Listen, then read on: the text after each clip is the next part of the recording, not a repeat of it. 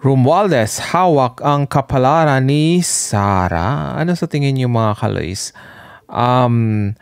May impeach ba ito si Sara dahil suportado na ni Romualdez? And you have to take note mga kaloys, di ba, na nagsimula talaga yung bangayan ng Uniteam. Okay, nung sinabihan ni Sara na tambalos-los itong si Romualdez. Okay? And yun na nga, may katanungan tayo mga kaloy sa ating live. Panahon na ba na mag-shift to parliamentary form of government ang bansa? Dahil nga hindi effective yung current na, di ba, na forma. Ayon sa ating live viewers ngayon, 67% sa kanila nagsasabi na oo, panahon na talaga. Okay, and then 33% lang ang nagsabi na hindi. Bakit? Isa ba kayo sa nakinabang sa party list system or ano? So, eto mga kaloys. Mag-umpisa muna tayo dito sa, wait lang nawala ko. Yan. So, mag-umpisa tayo dito kay Romualdez. Okay, hawak nga ba ni Romualdez ang kapalaran ni Sara? Ibig sabihin nun, kung mag-go signal itong si Romualdez, ay ayun na nga, 'di ba, dahil nga may akap-akap, may ano pa diyan, ayuda-ayuda system. Sa tingin mo ay ma-attract dito mga congressman at pipirma na lang para ma-impeach si Sara? Ano sa tingin niyo mga kaloys? So, umpisahan natin dito mga kaloys itong kay Romualdez.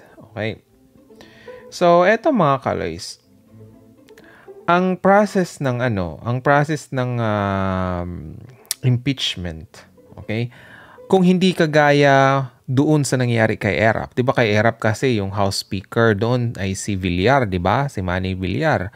So isang araw lang, boom, nakakuha siya ng signature. House Speaker siya. And gagayahin ba ni House Speaker Romualdez yung ginawa ni Villar para ma-impeach ito si Sara? So dito mga kaloys, ang process dito, okay? Alam niyo man yung di ba, Secretary General.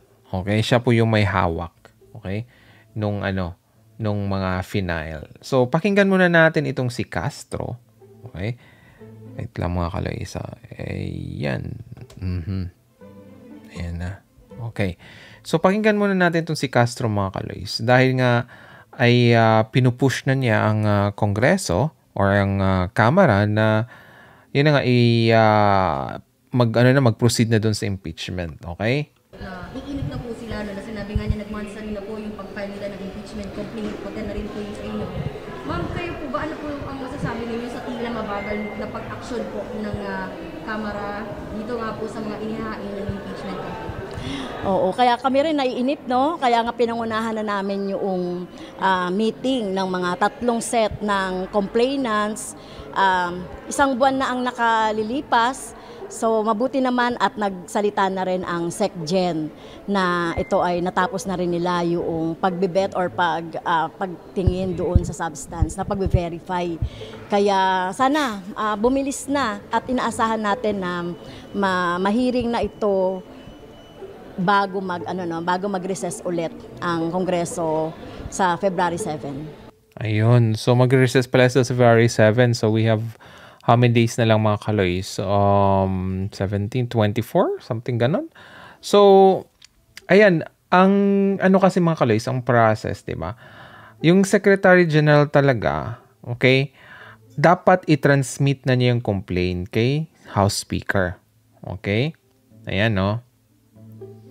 Di ba, sabi kong walang shortcut. Ang shortcut kasi, like for example, nakahanap na ng 107 ba yun? Or let's say 110 na congressman na pipirma doon sa complaint or yung article of impeachment, yun na nga, diretso na kagad sa Senado. Pero kung hindi nga nakalikom, okay, or dadaan sa mahabang process, ay isa-submit muna ng Secretary General na si Velasco yung complaint kay House Speaker Romualdez.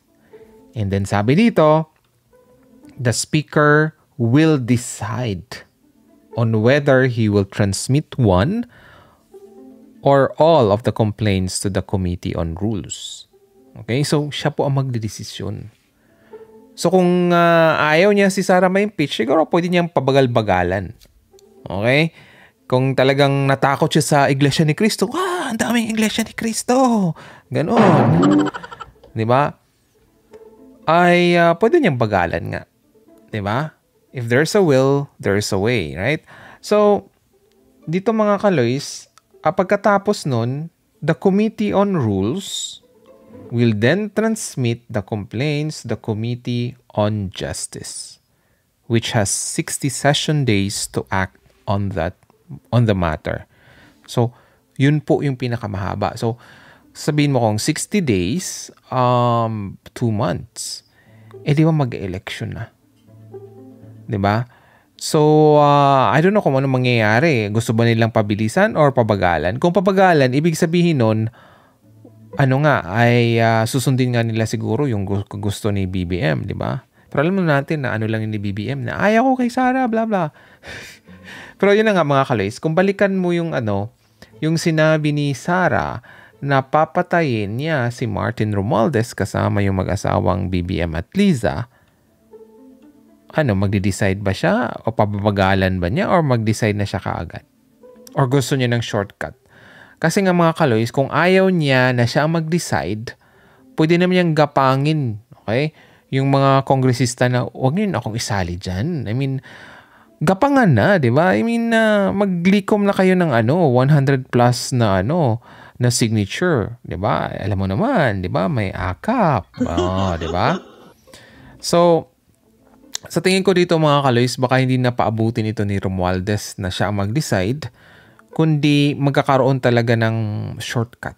Okay? Yung kagaya ng ginawa ni Manny Villar, 'di ba? Kay ERAP. Ano sa tingin niyo mga kaloys? Comment lang diyan. Sabi ni Vilma, dapat i-impeach ang mga taong nasa gobyerno na nagtambalustay sa pera. Hindi maganda ang nasa posisyon sa ating gobyerno na masama ang ugali at marunong magdrama.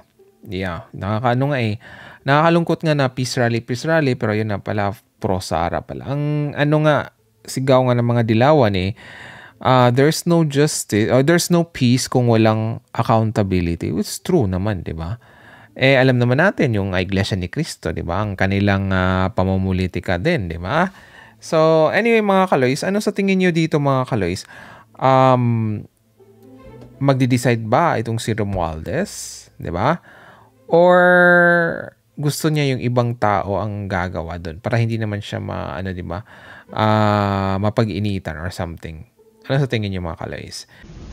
Thank you for watching our videos. Please don't forget to click the subscribe button and the bell notification icon so you will be notified of our latest videos. And please do like and share all our videos. Maraming salamat po. And for more information, you can visit our website at bagonglipunan.com. You can also follow us on Twitter and TikTok at bagonglipunan72. And just a note, our Facebook page has been censored by the yellow fact checkers. That's why you can't see most of our posts on your news feeds. Let's make Philippines great again. Marcos pa rin.